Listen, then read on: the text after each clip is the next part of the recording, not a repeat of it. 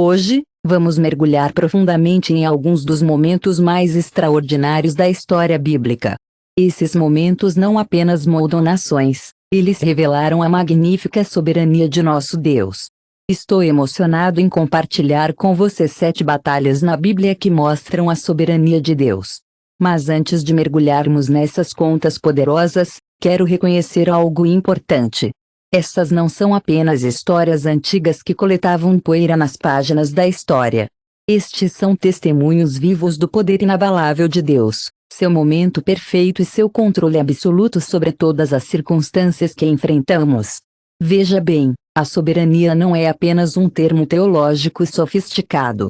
É a verdade reconfortante que Deus está sob controle total, desde os menores detalhes até a maior batalha. Quando realmente compreendemos esse conceito, ele transforma como vemos nossas lutas e desafios. Mas antes de continuarmos essa jornada incrível juntos, quero convidá-lo a fazer parte de nossa crescente família. Se você ainda não o fez, reserve um momento para pressionar o botão de inscrição e o sino de notificação. Seu apoio nos permite continuar compartilhando essas sessões ao vivo que mudam a vida. É da versão padrão inglesa da Bíblia e é do Salmo 103. 19. O Senhor estabeleceu seu trono nos céus, e seu reino domina tudo. Essas palavras nos lembram que toda a batalha que estamos prestes a explorar, desde as paredes de Jericó até a separação do Mar Vermelho, aconteceu sob o olho atento e a mão poderosa de nosso Senhor soberano. Cada vitória não foi apenas um triunfo militar, era uma declaração divina da autoridade de Deus sobre toda a criação enquanto viajamos.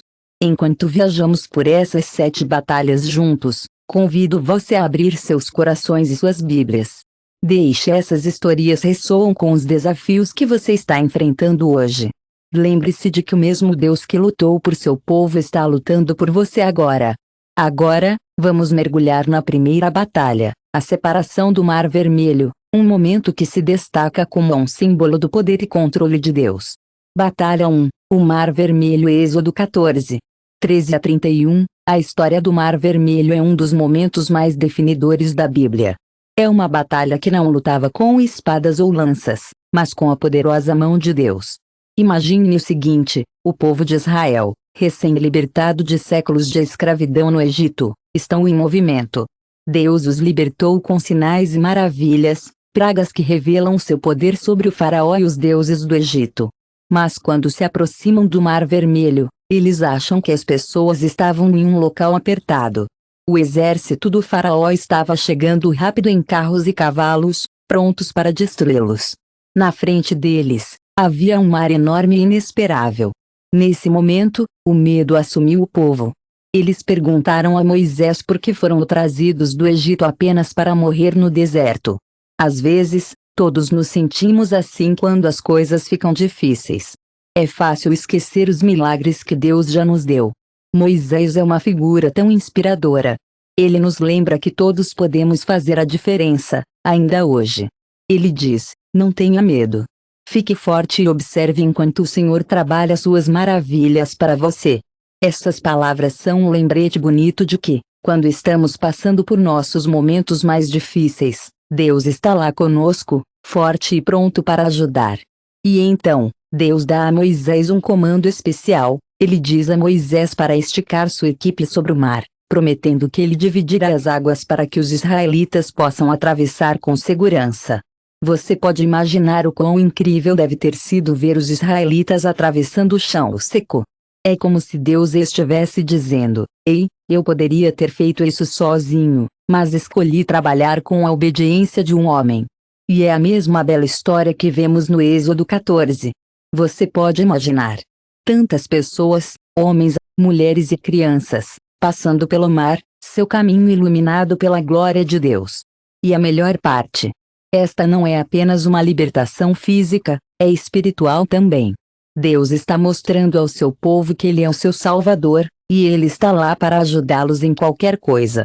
Você pode imaginar tantas pessoas, incluindo milhares de homens, mulheres e crianças, percorreram o mar, seu caminho iluminado pela glória de Deus.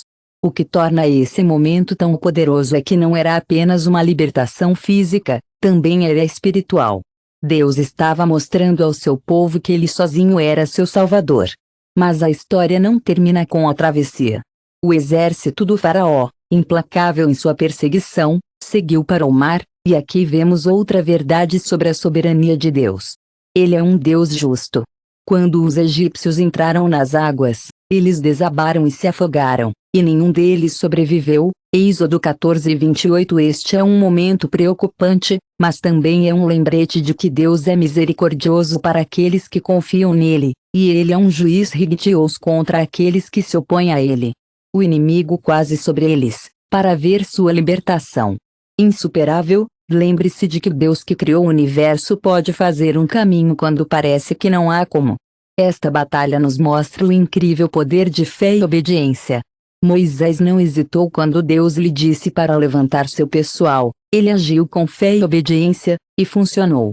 Isso é semelhante ao que lemos mais tarde em Hebreus 11:29 nos diz que as pessoas atravessavam o Mar Vermelho como se fossem terras secas. A fé e a obediência andam de mãos dadas e, quando confiamos em Deus, ele se move de maneiras que não deixam dúvidas de seu poder. Antes de passarmos para a próxima batalha, deixe-me encorajá-lo com esse pensamento: o mesmo Deus que separou o Mar Vermelho ainda está trabalhando em sua vida hoje. Qualquer que seja o Mar Vermelho que você esteja enfrentando, seja medo, incerteza ou probabilidades esmagadoras, saiba que ele está com você. Confie nele, obedeça a sua palavra e observe enquanto ele faz um caminho. Batalha 2, as paredes de Jericó, Josué 6:1-27. A história de Jericó é uma das exibições mais claras da soberania de Deus em toda a Bíblia. Foi um momento em que a lógica humana e a estratégia militar foram deixadas de lado, e o povo de Deus foi chamado a confiar completamente em seu poder. Imagine-me parado diante dos enormes muros de Jericó, uma fortificação tão forte que parecia impossível de penetrar. Os israelitas, recém-chegados à Terra Prometida, estavam enfrentando seu primeiro grande desafio, mas Deus tinha um plano. Eu entendi totalmente. Vamos definir a cena. Jericho foi fechado por causa dos israelitas. Ninguém entrou ou saiu. As pessoas dentro da cidade estavam aterrorizadas, mas confiam em suas paredes para proteção. De uma perspectiva humana, Israel estava em desvantagem. Eles eram um povo nômade, não um exército treinado com armas ou ferramentas de cerco para quebrar as paredes. Mas Deus queria mostrar a eles, e a nós, que a vitória não é por poder ou pelo poder, mas por seu espírito. Deus fala com Josué, o líder. Deus dá a Josué um plano para conquistar Jericó que pode parecer um pouco estranho a princípio, mas tudo faz parte do plano divino. Deus diz a Josué: eu dei a Jericó e seu rei homens poderosos em suas mãos. É interessante notar que Deus usa o tempo passado aqui, como se dissesse: eu já dei a você a vitória. Este é um lembrete gentil para nós de que, quando Deus fala, sua palavra é final. O que ele declara vai passar. As instruções são um pouco incomuns, mas são claras. Deus diz a Josué para que o exército marchasse pela cidade. A cidade era uma vez por dia durante 6 dias. 7 sacerdotes carregavam trombetas feitas de chifres de rãs e caminhavam em frente à Arca da Aliança. No 7º dia, eles marcharam pela cidade 7 vezes. Ao som das trombetas, as pessoas gritaram. Então Deus prometeu que as paredes cairiam. Você pode imaginar o quão estranho isso deve ter soado para os israelitas. No entanto, eles obedeceram. É aqui que a história nos ensina uma lição crítica sobre a fé.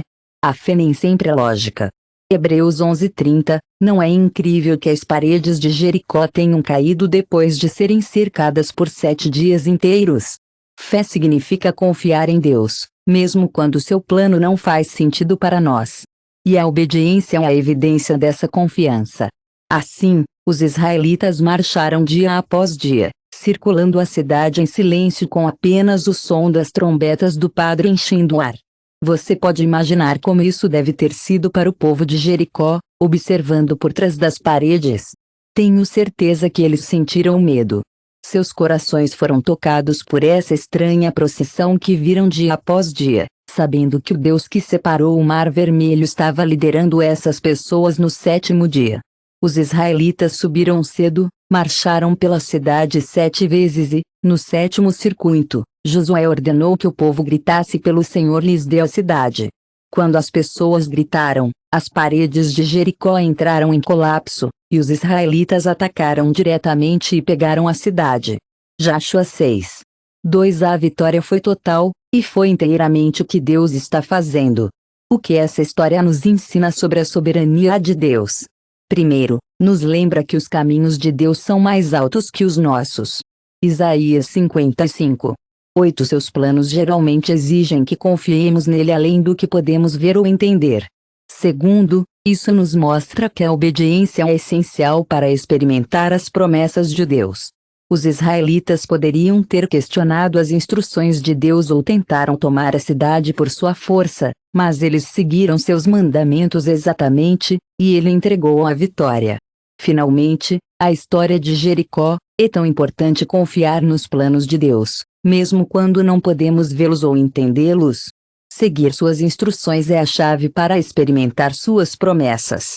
Os israelitas poderiam ter questionado as instruções de Deus ou tentaram tomar a cidade por sua própria força, mas seguiram seus mandamentos exatamente e ele entregou a vitória. A história de Jericó destaca a importância da adoração em batalhas espirituais. Os sacerdotes levaram a Arca da Aliança, o símbolo da presença de Deus, em batalha.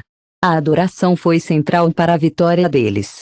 Da mesma forma, quando enfrentamos batalhas em nossas vidas, sejam elas espirituais, emocionais ou físicas, a adoração mantém nosso foco em Deus e nos lembra seu poder.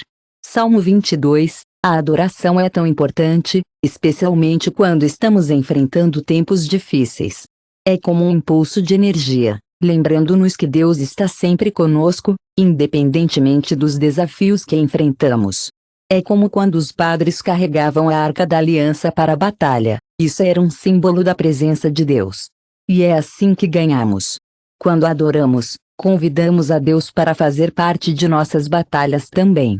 É como estamos dizendo: você é santo, entronizado com os louvores de Israel. Quando adoramos, estamos abrindo nossos corações e mentes para a ideia de que Deus está lutando por nós.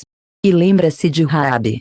Ela era uma mulher que tinha fé em Deus e, por isso, sua família foi poupada durante a destruição de Jericó.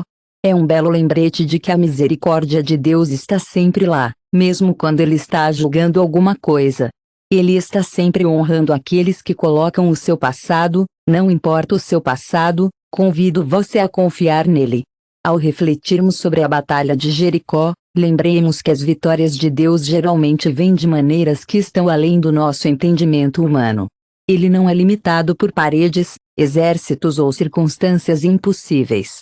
Se você está enfrentando desafios hoje, quero que você tenha o coração. O mesmo Deus que derrubou os muros de Jericó está com você, e seus planos para você são bons. Jeremias 29. Confie nele, obedeça sua palavra e observe enquanto ele luta suas batalhas por você.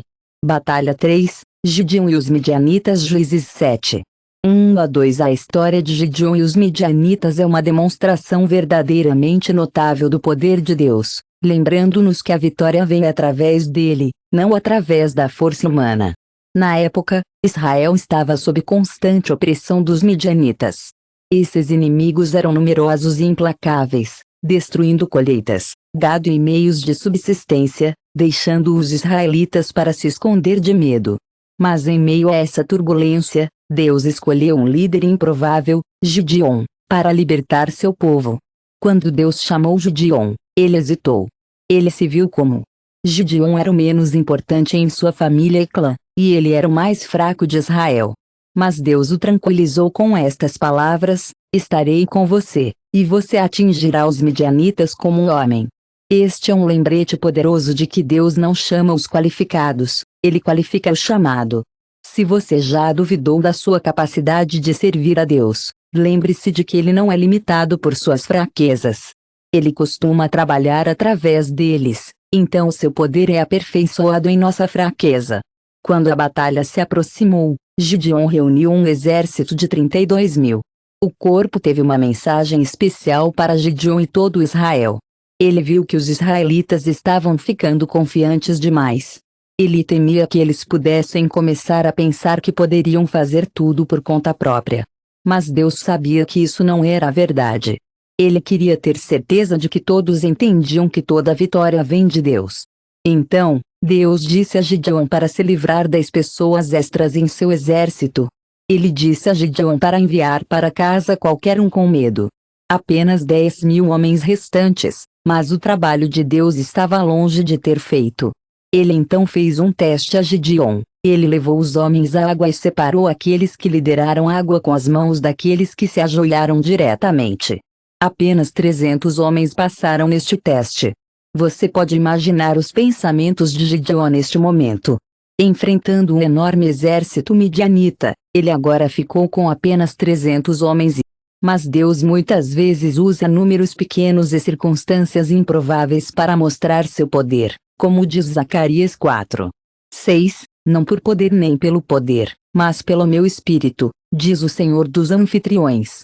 Com apenas 300 homens, Gideon se preparou para a batalha.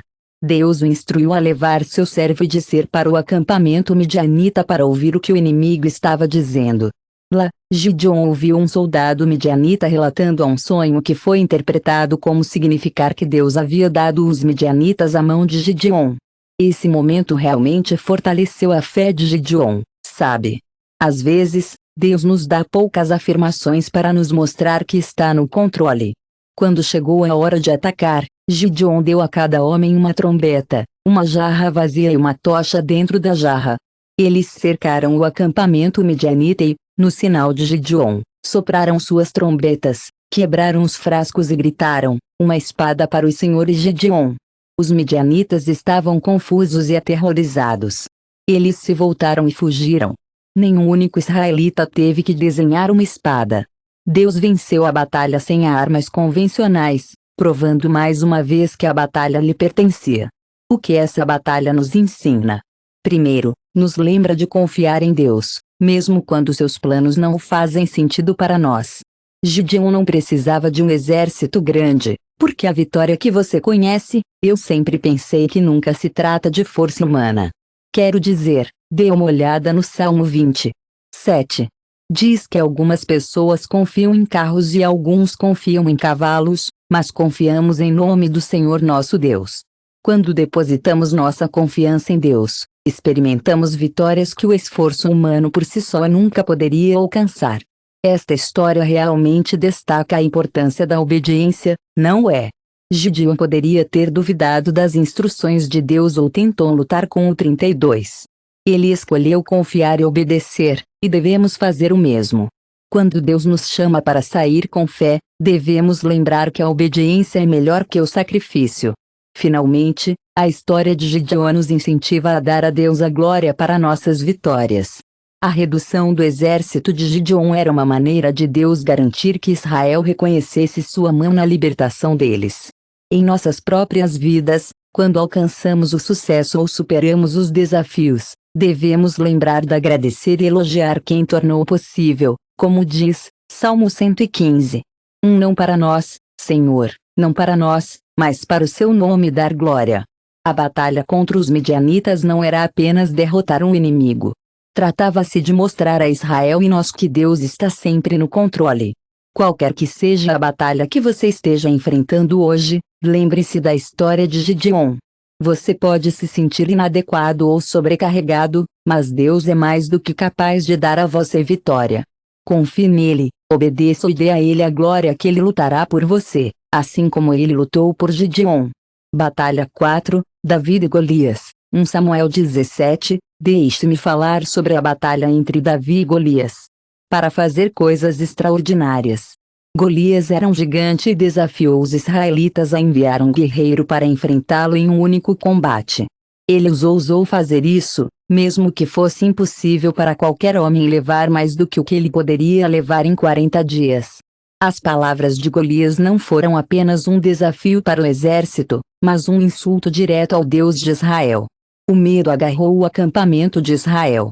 Ninguém Golias era um gigante, e ele desafiou os israelitas a enviar um guerreiro para enfrentá-lo em um único combate. Ele os provocou, dizendo que, Se não o fizessem, desafiaria os exércitos do Deus vivo. Os israelitas estavam assustados e não queriam enfrentar o gigante. Não é assim que o medo funciona. Pode nos paralisar, fazendo-nos esquecer quem servimos. Mas então Davi, um jovem pastor, chegou ao local. Ele não estava lá como guerreiro, mas para entregar comida a seus irmãos. Quando ele ouviu Golita Untzah, a reação de Davi foi, em vez de ser superada pelo medo, ele sente uma espécie de raiva justa. Ele pergunta quem é esse filisteu incircuncisado, e está desafiando os exércitos do Deus vivo. A confiança de Davi não estava em sua própria força, mas no poder de Deus. Enquanto isso, Saul, o rei de Israel, ouve sobre Davi em vez de ter medo, ele sente uma espécie de raiva justa. Ele pergunta quem esse filisteu incircuncisado é quem ele está desafiando, os exércitos do Deus vivo. A confiança de Davi não estava em suas próprias habilidades, mas no poder de Deus. Saul, o rei de Israel, ouve sobre a ousadia de Davi e o convoca. Davi se oferece para lutar contra Golias, mas Saul é cético. Davi responde contando como Deus o havia libertado da pata do leão e do urso enquanto ele estava cuidando das ovelhas de seu pai. Ele declara: o Senhor que me libertou da pata do leão e do urso. A coragem de Davi para enfrentar Golias é um belo exemplo de fé. Ele lembra só da proteção de Deus durante o tempo que cuidam do templo e diz que Deus fará isso de novo. Esta é uma lição poderosa para nós. Quando lembramos como Deus nos ajudou no passado, podemos confiar nele para nos ajudar novamente. Saul tenta dar a Davi sua armadura, mas Davi se recusa. Ele sabia que a vitória não viria de armas ou proteção humanas. Em vez disso, Davi pega sua equipe, escolhe 5 pedras lisas de um riacho e entra em batalha com sua funda. Isso nos lembra o que Zacarias 4:6 diz: não por poder nem pelo poder, mas pelo meu espírito, diz o Senhor dos anfitriões. Quando Goliat vê Davi, ele zomba dele, dizendo: eu sou um cachorro que você vem até mim com paus. Mas a resposta de Davi é de fé inabalável. Ele diz: você vem até mim com uma espada e com uma lança e com um dardo, mas eu venho até você em nome do Senhor dos anfitriões. Davi sabia que essa batalha não era sobre ele, mas sobre o Senhor. Ele entendeu que o Senhor estava no controle e estava pronto para fazer sua vontade. Ele sabia que o Senhor o levaria à vitória, e que, dessa maneira, seria capaz de derrotar Golias. Davi entendeu que isso não era sobre ele, mas sobre a glória do Senhor. Nossa história hoje é sobre uma batalha que não foi travada por uma pessoa, mas pelo Senhor. Davi entendeu que essa não era sua batalha para lutar. Ele sabia que o Senhor seria quem o libertaria. E assim, ele estava pronto para enfrentar o que poderia vir. Ele estava pronto para lutar, para fazer parte de algo maior que ele. Ele estava pronto para glorificar a Deus. Como Golias avançou, Davi correu para encontrá-lo. Ele colocou uma pedra na funda, atirou-a e atingiu Golias na testa. O gigante caiu de bruços no chão. Davi usou a espada de Golias para matá-lo e cortar a cabeça.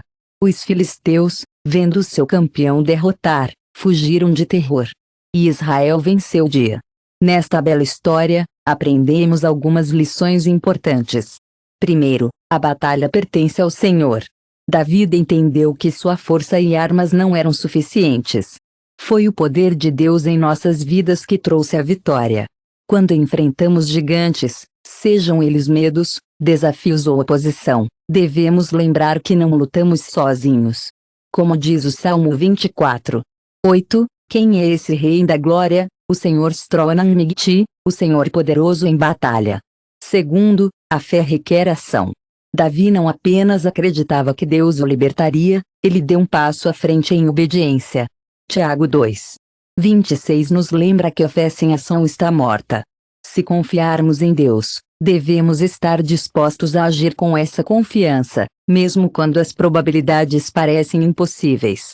Terceiro, Deus usa o improvável. Davi era o mais novo de seus irmãos, um pastor, não um soldado, mas Deus o escolheu para derrotar o gigante e trazer libertação a Israel. Isso ecoa ao que Paulo escreve nos 1 Coríntios 1:27-26 nos lembra que a fé sem ação está morta. Se confiarmos em Deus, Devemos estar dispostos a agir com essa confiança, mesmo quando as probabilidades parecem impossíveis. Deus usa o improvável. Davi era o mais novo de seus irmãos, um pastor, não um soldado, mas Deus o escolheu para derrotar o gigante e trazer libertação a Israel. Isso ecoa ao que Paulo escreve nos 1 Coríntios 1:29, Deus escolheu o que é tolo no mundo para envergonhar os sábios, Deus escolheu o que é fraco no mundo para envergonhar os fortes. Quando nos sentimos inadequados, podemos se confortar ao saber que Deus é especializado em usar os fracos e os negligenciados por sua glória. Finalmente, a história de Davi e Goliate nos lembra de dar toda a glória a Deus. A vitória de Davi não foi sobre ele, era sobre mostrar ao mundo que existe um Deus em Israel. Quando experimentamos vitórias em nossas próprias vidas, devemos apenas um lembrete amigável para dar a Deus o crédito que ele é devido. Como todos sabemos do Salmo 115.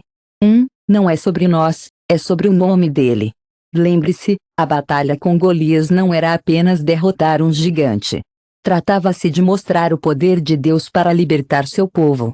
Então, se você está enfrentando um gigante hoje ou não, lembre-se disso, o mesmo Deus que entregou Davi está pronto para lutar por você. Apenas confie nele, sai com fé e observe enquanto ele traz a vitória. Batalha 5, Elijah e os profetas de Baal, 1 Kings 18, em 16:40, o encontro entre Elijah e os profetas de Baal é uma das histórias mais fascinantes da Bíblia. Não foi uma batalha física ou um conflito envolvendo exércitos. Em vez disso, foi um confronto espiritual em que o Deus verdadeiro e vivo exibia sua força contra falsos ídolos. Este não era apenas um duelo entre os profetas de Elijah e foi uma luta pelo coração dos israelitas, uma nação que havia se desviado de Deus para adorar falsos ídolos. Isso nos ensina uma lição importante: somente Deus merece nossa adoração, e Ele estará sempre mostrando como está no comando. Esta história começa quando o rei Ahab e sua esposa Jezabel estavam encarregados de Israel. Eles fizeram o povo adorar ídolos, falsos deuses que deveriam controlar a fertilidade e o clima. A nação estava em uma crise espiritual, então Deus enviou Elias para lidar com essa idolatria. Elijah fez ao povo uma pergunta simples, mas poderosa: quanto tempo você vai mancando entre duas opiniões diferentes se o Senhor é Deus? Se você está se perguntando se deve segui-lo ou Baale, não se preocupe. Esta pergunta existe há muito tempo e é totalmente normal sentir-se conflituoso. Às vezes, nós, humanos, achamos difícil escolher apenas uma coisa a ser leal, como Deus ou coisas mundanas. Até o próprio Jesus disse que não podemos nos dedicar a dois mestres diferentes ao mesmo tempo. Elijah, um profeta, teve uma ideia legal de descobrir qual Deus era o verdadeiro negócio. Ele convidou 450 profetas de Baal para encontrá-lo no Monte Carmelo. Ambos se prepararam para sacrificar um touro, colocá-lo em um altar e pediram ao Deus que enviasse um pouco de fogo do céu. As respostas por fogo seriam o Deus verdadeiro. Este foi um desafio ousado, mas a confiança de Elijah não estava em si mesmo. Estava no poder do Deus vivo. Os profetas de Baal vão primeiro da manhã até o meio-dia. Eles clamam ao Deus deles, gritando: ó, Baal, responda-nos. Mas não há resposta. Eles dançam e até se cortam, na esperança de provocar seu Deus em ação, mas nada acontece. Este é um exemplo perfeito de como confiar em qualquer outra coisa senão o verdadeiro Deus pode se sentir. Salmo 115, 4-7 descreve os ídolos como o trabalho das mãos humanas. Eles têm bocas, mas não falam. Eles têm olhos, mas não veem. Os ídolos, antigos ou modernos, não podem nos salvar ou responder aos nossos gritos. Quando é a vez de Elias, ele se aproxima do altar com reverência e propósito. Ele repara o altar do Senhor, que havia sido destruído, usando 12 pedras para representar as 12 tribos de Israel. Este ato é um lembrete da aliança de Deus com seu povo, uma aliança que Elijah estava em um ponto difícil, mas Deus estava lá para ele. Ele cavou uma trincheira ao redor do altar, colocou a madeira, preparou o touro e fez algo incrível: ele derramou água sobre o sacrifício 3 vezes, encharcando o altar e enchendo a trincheira. Por que ele fez isso? mostrar que o que estava prestes a acontecer era tudo por causa de Deus. Às vezes, Deus deixa que as coisas pareçam impossíveis para que possamos ver seu poder, assim como em Jeremias 32:27 diz: Eis que eu sou o Senhor, o Deus de toda a carne. Alguma coisa muito difícil para mim? Elijah reza uma oração simples e poderosa. Ele não grita ou executa teatros. Ele diz: ó, Senhor Deus de Abraão, Isaque e Israel. Espero que você saiba hoje que é Deus em Israel e que sou seu servo. Espero ter feito todas essas coisas em sua palavra. Atenda-me, ó Senhor. Espero que essas pessoas saibam que você, ó Deus, e que você voltou seus corações. A oração de Elijah foi, com foco na glória de Deus e no arrependimento do povo. Não se tratava de provar a si mesmo, mas guiar a nação de volta a Deus. Então, de uma exibição notável, Deus respondeu de uma maneira mais extraordinária. O fogo caiu do céu, consumindo o sacrifício, a madeira, as pedras, a poeira e até a água na trincheira. O povo caiu em seus rostos e gritou: O Senhor é Deus, o Senhor é Deus. Naquele momento, a assove de Deus Regni era inegável. Ele mostrou que não é apenas o Deus de Israel, mas também o Deus de toda a criação, capaz de fazer o que nenhum outro poder pode. A história termina com Elijah ordenando que o povo apreendesse os profetas de Baal foram executados como um julgamento de Deus. Este foi um passo necessário para limpar Israel de falsa adoração e restaurar seu relacionamento com o Deus verdadeiro. É um lembrete de que Deus é santo e não compartilhará sua glória com outro. O que podemos aprender com esta batalha? Primeiro, nos lembra que Deus é paciente, mas não tolerará os corações divididos para sempre. A pergunta de Elijah: quanto tempo você vai mancando entre duas opiniões diferentes? É preciso nos perguntar: estamos totalmente comprometidos com Deus, ou estamos tentando servi-lo nos ídolos deste mundo? Tiago 4:8. É importante lembrar que Deus está sempre lá para nós, pronto para ajudar quando precisarmos dele. Ele quer estar perto de nós, mas às vezes temos que fazer isso acontecer. É por isso que é tão importante ser limpo e puro, tanto em nossos corações quanto em nossas ações. Esta história nos ensina o poder da oração. A oração de Elijah não foi longa ou chique, mas estava cheia de fé e era exatamente o que Deus queria ouvir. Tiago 5:16 diz que a oração de uma pessoa justa tem grande poder enquanto funciona. Esta batalha nos mostra que Deus sempre se revela. Ele pode não enviar fogo do céu em todas as situações, mas responde de maneiras que não deixam dúvidas de sua presença e poder. Quando confiamos nele completamente e seguimos sua palavra, podemos permanecer firmes, sabendo que ele sempre se mostrará o único Deus verdadeiro. Enquanto pensamos nessa história juntos, vamos dar uma olhada em nossas próprias vidas. Existem áreas em que precisamos trabalhar? Há alguma coisa que está nos impedindo de ser a melhor que podemos ser? O mesmo Deus que enviou o fogo ao Monte Carmelo está nos chamando para voltar para Ele com todos os nossos corações. Vamos responder com o mesmo grito que o povo naquele dia: O Senhor é Deus, o Senhor é Deus. Luta 6, a vitória de Jeosafá através da adoração. 2 Crônicas 20:1-30, a história do rei Josafate e a batalha contra um enorme exército inimigo é um belo exemplo de como Deus luta por seu povo quando eles confiam nele. Esta não é apenas uma vitória militar, é uma lição espiritual de fé, oração e poder de adoração. Ele nos ensina que, quando estamos sobrecarregados, nossa maior arma não é a nossa força, mas nossa dependência de Deus. A história começa com algumas notícias assustadoras. Jeosafá, o rei de Judá, é contado que um enorme exército está vindo para atacar. Josafá estava enfrentando um enorme desafio: o exército de Moabe, Amon e o Monte Seir estavam contra ele. O inimigo era grande, e parecia ser difícil de vencer. Josafá sentiu medo, mas não deixou isso controlá-lo. Em vez disso, ele se virou para Deus. A Bíblia diz que Josafá estava com medo e decidiu procurar o Senhor. Ele também proclamou um jejum em todo o Judá. Esta é uma ótima lição para nós: quando sentimos medo, devemos olhar para Deus primeiro. Filipenses 4:6 nos lembra de não nos preocuparmos com nada, a não ser orar e pedir ajuda a Deus. Com gratidão, compartilhemos nossos pedidos com o Senhor. Jeosafate reúne todo o povo de Judá, incluindo homens, mulheres e crianças, para orar como uma comunidade. Sua oração é uma bela expressão de fé e humildade. Ele começa reconhecendo a força e a autoridade de Deus, dizendo: Senhor Deus de nossos ancestrais, você é Deus no céu. Você é responsável por todas as nações. Você tem o poder e pode nos proteger. Jeosafate então lembra a Deus suas promessas e eles humildemente confessam que são completamente dependentes dele. Não temos certeza do que fazer, mas estamos voltando para você em busca de orientação. Muitas vezes nos encontramos em situações em que não temos certeza do que fazer.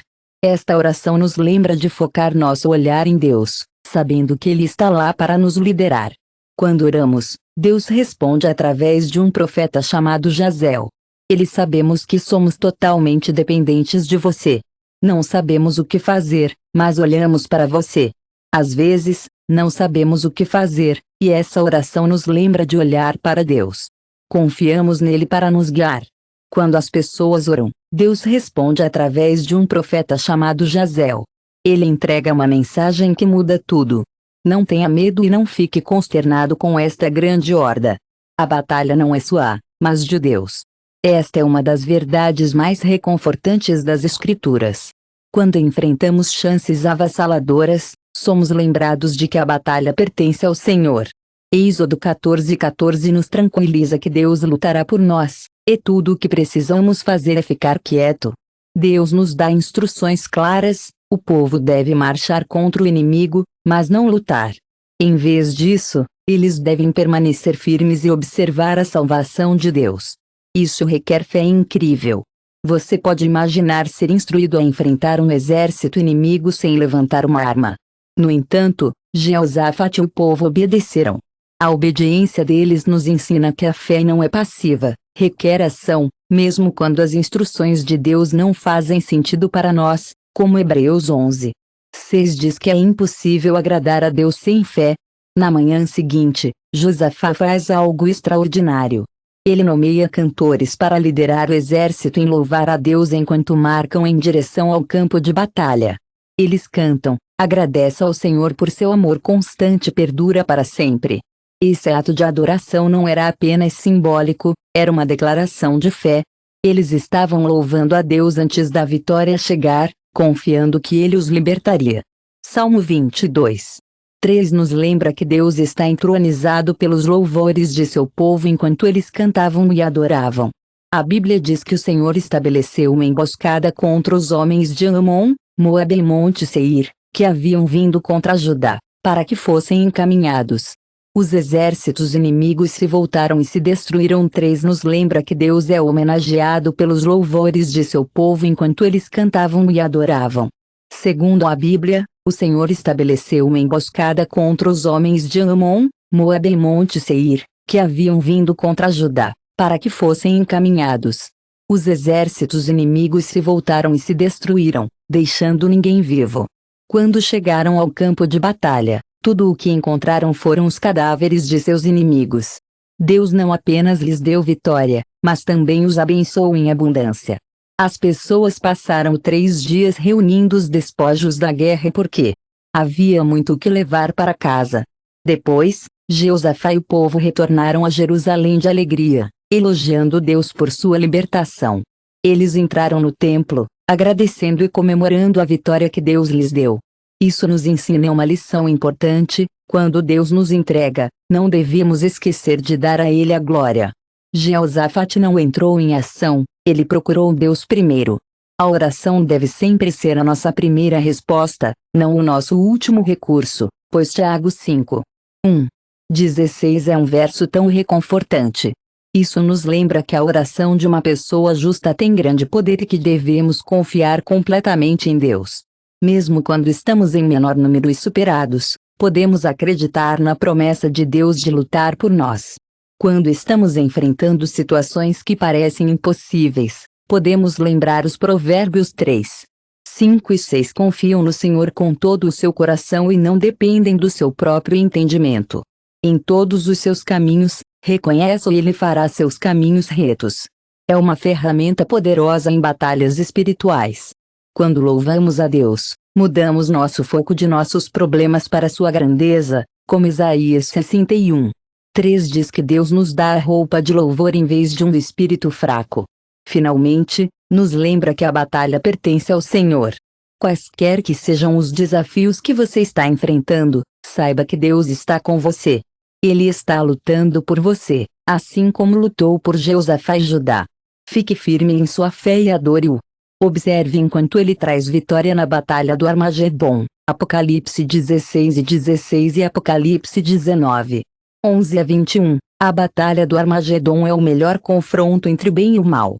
É um momento da história que mostrará o quão poderoso Deus é e levará as forças do bem à vitória final sobre as forças das trevas.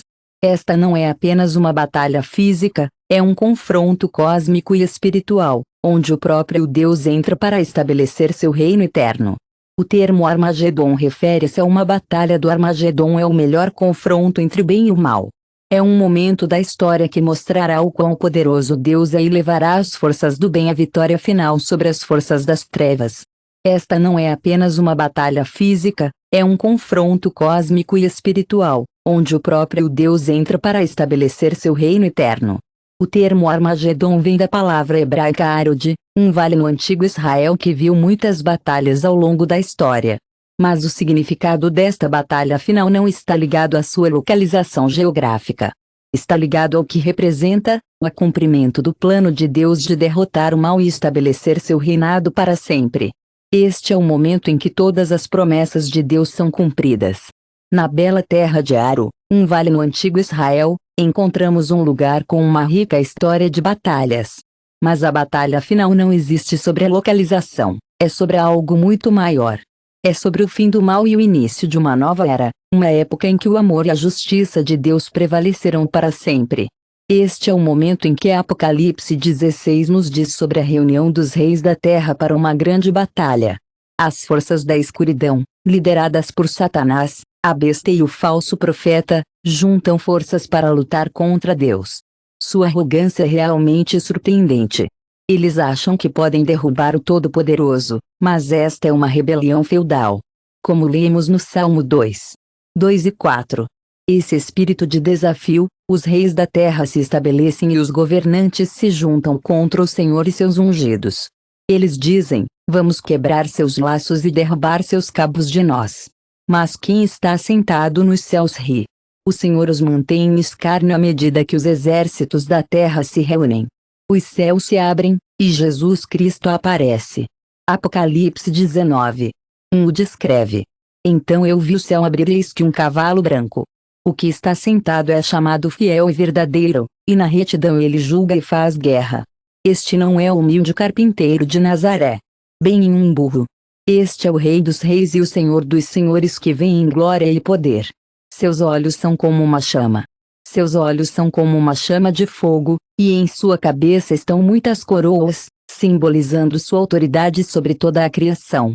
Jesus lidera os exércitos do céu, vestidos de linho fino, branco e puro, representando os santos que foram resgatados por seu sangue. Os santos não lutam nesta batalha, pois a vitória pertence a Cristo sozinha. Apocalipse 19:15 diz: de sua boca uma espada afiada para derrubar as nações, e ele as governará com uma vara de ferro. Esta espada é sua palavra, a mesma palavra que falava o universo. Seu poder é incomparável e sua vitória é certa. A besta, os reis da terra e seus exércitos fazem guerra contra Jesus, mas não são páreo para ele. Apocalipse 19:15 diz que a palavra de Deus é como uma espada afiada que pode cortar qualquer coisa para derrotar as nações. Com uma vara de ferro, ele os governará. Esta espada é sua palavra, a mesma palavra que trouxe o universo à existência. Seu poder é incomparável e sua vitória é certa. A besta, os reis da terra e seus exércitos fazem guerra contra Jesus, mas não são páreo para ele. Apocalipse 19:20 nos diz que a besta foi capturada, junto com o falso profeta. Em sua presença, o falso profeta fez os sinais pelos quais ele enganou aqueles que haviam recebido a marca da besta e aqueles que adoravam sua imagem. Esses dois foram jogados vivos no lago de fogo que queima com alha. Os exércitos da terra são a batalha do Armagedon, é um lembrete poderoso de que Deus está no controle. Isso nos mostra que, mesmo quando parece que o mal pode vencer, ele não tem a palavra final. O mundo pode ser difícil, mas podemos encontrar esperança ao saber que o amor e a justiça de Deus sempre prevalecerão. À medida que continuamos a travar as batalhas da vida, lembre-se de que, com a ajuda de Deus, podemos superar qualquer desafio. 8 diz para: e o Senhor ama a justiça, odeia o roubo e errado. O julgamento de Deus não é aleatório, é baseado em sua perfeita santidade. Segundo, isso nos mostra o incrível poder da palavra de Cristo. Jesus não precisa de um exército ou armas para derrotar seus inimigos, sua palavra sozinha é suficiente. Isso deve nos encorajar a confiar no poder da palavra de Deus em nossas vidas.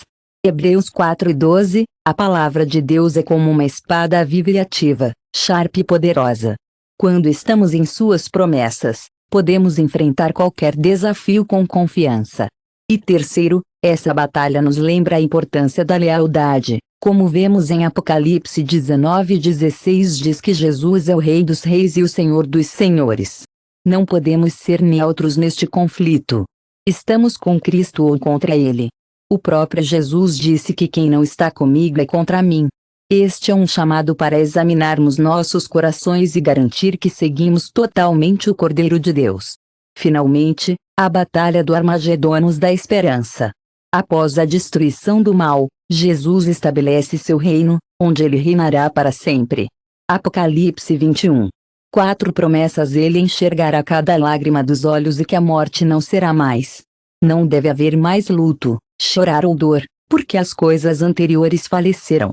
Esta é a vitória final, um mundo onde o pecado, a morte e o sofrimento não existem mais, e habitamos com Deus para sempre.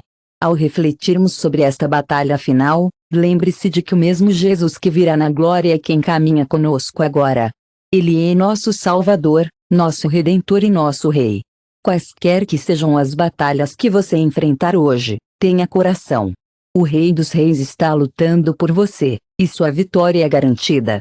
Como Apocalipse 22:20 diz, certamente eu estou chegando em breve e nós, seu povo, responderemos com sinceras amém.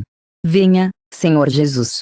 As batalhas que exploramos hoje nos lembram de uma verdade imutável: Deus é soberano, e Ele luta por seu povo. Ele estava lá do Mar Vermelho até as paredes de Jericó, desde a vitória de Gideon até o triunfo do culto sob o rei Jeosafá, e até a batalha final em Armagedon. É tão importante lembrar que o poder de Deus é incomparável e suas promessas nunca falham. Essas histórias não são apenas relatos antigos, eles estão vivendo lembretes de quem é Deus e o que Ele pode fazer em nossas vidas hoje. Portanto, se você está enfrentando alguma batalha, seja medo, dúvida, doença ou incerteza, por favor, tenha coragem. Lembre-se, o mesmo Deus que separou o Mar Vermelho e derrubou gigantes está com você, como Romanos 8:31 diz: se Deus é para nós, quem pode ser contra nós? Agora, deixe-me perguntar a você algo para pensar enquanto você enfrenta suas próprias batalhas. Você está confiando em Deus para lutar por você?